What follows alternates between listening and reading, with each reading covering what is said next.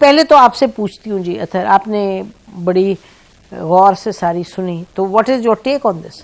Since कि अब ये फैसला आ गया है, टू बी ऑनेस्ट इसमें जो लाहौर हाई कोर्ट के अंदर उन्होंने पिटीशन दायर की थी, उसमें ना इलेक्शन रोकने की बात थी, उसमें बुनियादी तौर पे मुकदमा ये था कि वो आरोज आपने लगा दिए हैं, वो डीसी या इंतजामिया के लोग जो एमपीओज के ऑर्डर जारी कर रहे हैं, जो हमारे लोगों को गिरफ्तार कर रहे हैं, एक बंदा छोड़ता है, अदालत छोड़ती है, हाई कोर्ट छोड़ती है, डीसीओ या डीसी जो है वो कहता है जनाब एमपीओ के तहत बंद कर दें। तो यहां पे जमहूरियत या इंतखाबात को रोकने वाली तो कोई बात ही नहीं थी।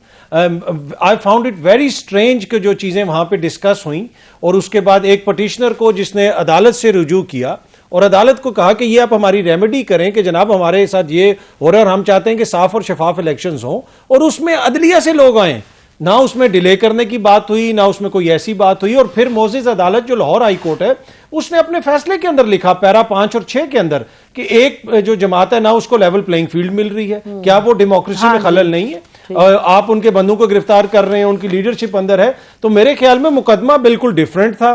फिर यहां पे एक सियासी जमात जिसकी पहले ही लीडरशिप सारी अंदर बंद है, उन्हीं के ऊपर वो नजला भी इस फैसले के अंदर भी उन्हीं के ऊपर गिर रहा था कि जनाब वो ये हैं वो हैं। मेरे I found it really strange कि ये सारी क्या हुआ, ये किस तरीके से पटिशन आई, कितनी जल्दी इस पे फैसला हुआ।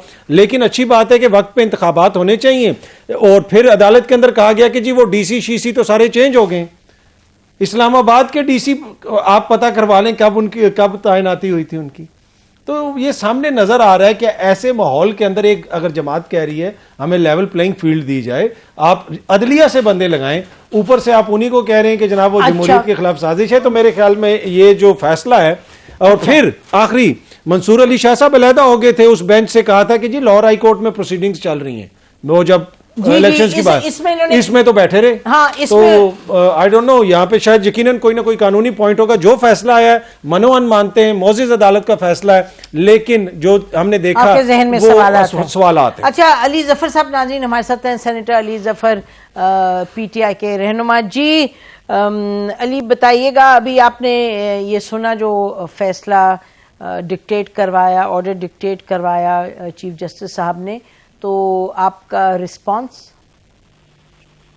जी देखें, इसकी एक बड़ी, आपने अभी गोल्डन वर्ड्स में इनको कहूंगा, सुनहरी अल्फाज बोले थोड़ी देर पहले, और मैं उसी को उस तरह ही इस वक्त फैसले को देखता हूं, पॉजिटिव देखता हूं। और वो इस तरह देखता हूं पॉजिटिव कि फैसला में बड़ा क्लैरिटी के साथ ये दोबारा से कहा गया है कि इलेक्शन 8 फरवरी को होंगे, और शेड्यूल भी मेरा ख्याल है अगले 2-3 घंटे में election commission of Pakistan announce कर देगी। आज सुबह भी मैं जब प्रेस कॉन्फ्रेंस कर रहा था हाई कोर्ट में, तो मैंने यही कहा था कि इलेक्शंस 8 फरवरी को होने चाहिए, होंगे, कह दिया है सुप्रीम कोर्ट ने।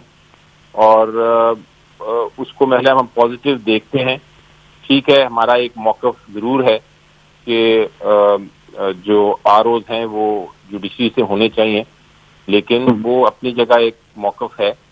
उससे हमें जो मेन इम्पॉर्टेंट चीज़ है कि अगर किसी किस्म का इस स्टे ऑर्डर की वजह से डिले हो रहा था इलेक्शन, तो वो बात दुरुस्त नहीं थी। मैंने कल भी ये कहा था, मेरे ख्याल के मुताबिक एक तरह से एक पॉजिटिव ही मैं इसको समझता हूँ कि कम से कम हमारा ये इलेक्शन की क्लैरिटी तो आई है। आरओज कौन होंगे कौन नहीं होंगे वो एक अलग टेक्निकल बातें हैं, वो हम करेंगे जब पिटीशन अब ट्रांसफर कर दी गई है सुप्रीम कोर्ट के सामने, तो वहाँ मौक़िफ़ इख्तियार किया जाएगा। लेकिन अगर हमें बुलाया, लेकिन बेसिकली जो पॉजिटिव चीज़ है मैं उस पर स्ट्रेस करना चाहता हूँ।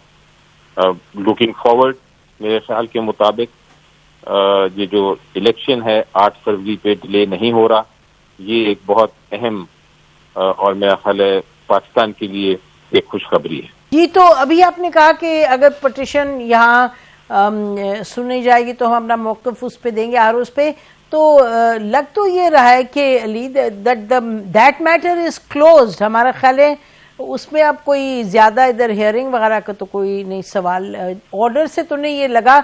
अलबत्ता ये जरूर है कि जो आपके पटिशनर हैं, जो आपकी पार्टी के साहब, उनको कहा कि ये बताएं कि आप पर कंटेम्प्ट क्यों ना लगे, क्यों आपने एक ऐसा मामला उठाया जिसके नतीजे में इलेक्शन डिले हो सकते हैं, और जो इलेक्शन का ऑर्डर सुप्रीम कोर्ट ने दिया है, इसका मतलब आप एक ऐसा एक्शन ले रहे थे जिससे कि सुप्रीम कोर्ट का ऑर्डर पोटेंशियली अंडरमाइन हो रहा था।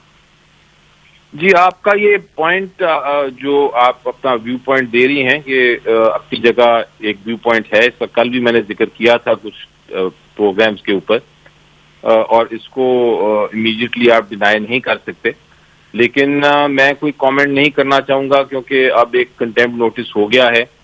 और ये सॉरी अली, मैं ये कहना चाहती हूँ, ये सुप्रीम कोर्ट ने ये कहा, ये ऑर्डर ने कहा है, मैं अपना पॉइंट ऑफ व्यू नहीं दे रही। दिस इज व्हाट द जी, जहाँ ठीक कह रही हैं आप, सुप्रीम कोर्ट ने यही कहा है और कंटेम्प्ट नोटिस भी दे दिया है। उस पर वो क्या डिफेंस अपने लेते हैं, जो वकील साहब हैं वो उसको देखना पड़ेगा और उसको करेंगे। लेकिन जहां तक पीटीआई का मौक़िफ़ है, हम अभी तक उस पर स्टैंड करते हैं कि नंबर 1 सबसे बड़ी प्रायोरिटी और सबसे अहमियत का जो एक अहम नुक्ता है वो यही है कि इलेक्शंस होने चाहिए 8 फरवरी को। उसकी हमें खुशी है कि दोबारा से एक रीट्रेट हुआ है।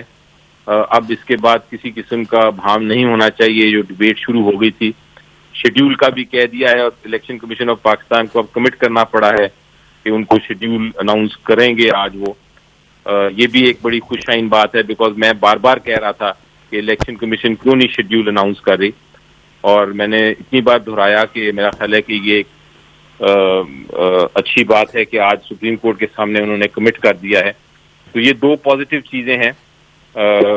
और मेरा ख्याल है जो हो गया, स्टे ऑर्डर हुआ, उसको उसकी जुरिसडिक्शन नहीं थी, या अदालत ने कहा कि जुरिसडिक्शन नहीं थी हाई कोर्ट की और उन्होंने वो स्टे ऑर्डर नहीं देना चाहिए था। वो अपनी जगह एक कानूनी बहस है, लेकिन पॉजिटिव चीज प्रैक्टिकली सियासी तौर पे यही है, आईनी तौर पे यही है कि इलेक्शन इंशाल्लाह। जी बिल्कुल, आपके पास हम वापस आते हैं अभी इस मामले पे, पीटीआई के मामले पे भी। एंड एब्सोल्युटली मेरा ख्याल है there are no 2 views on this के ये इन सम वेज मेरा ख्याल है अथर, ये जो इलेक्शन की डेट और उसकी एफर्मेशन की डेट, मेरा ख्याल है कि मेरे जैसा शख्स तो कहेगा कि ये बहुत ही अनहोनी चीज है, क्योंकि आपको भी मालूम है कि कितनी पटिशन जा रही थी कि जी कोई कह रहा था सर्दी है, तो कोई कह रहा था टेररिज्म है तो इलेक्शन डिले करो, तो ये वो सब।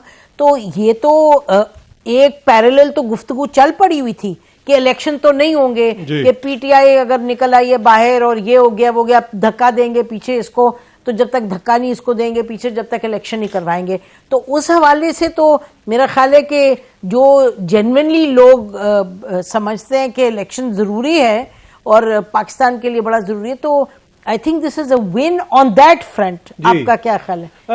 बिल्कुल, मैं आपसे एग्री करता हूं, पर देखें ये प्रिंसिपल्स तो 50 साल पहले नसीम हमारे सेटल नहीं हो गए थे, आइन के अंदर लिखा हुआ नहीं है क्या कि इलेक्शंस 90 रोज में होंगे या 60 रोज में मेरे भाई 50 साल जो पहले सेटल हुए हैं तो वो 100 दफा तो वायलेट हो जाते हैं। एग्जैक्टली तो मतलब ये मैं कह रहा हूं ना, तो इन्होंने जो वायलेट जिन्होंने किया है, क्या उनके खिलाफ वो विगर हमें नजर आया, वो जुबान नजर आई, क्या उनके खिलाफ वो एक्शन हमें नजर आया? क्या पूछा गया कि वो कौन सी शख्सियात हैं जिनकी वजह से 2 सूबों में इंतखाबात नहीं हुए, इनके खिलाफ एक्शन लिया जाए? तो आज के फैसले में आपने एक सियासी जमात का भी रगड़ दिया बीच में, उनको भी डाल दिया। अली जफर साहब को तो बड़ी पॉजिटिव लग रही है ना, लेकिन ये तारीख का हिस्सा बन गया जो इनकी जमात के हवाले से वहां पे लिखा गया है।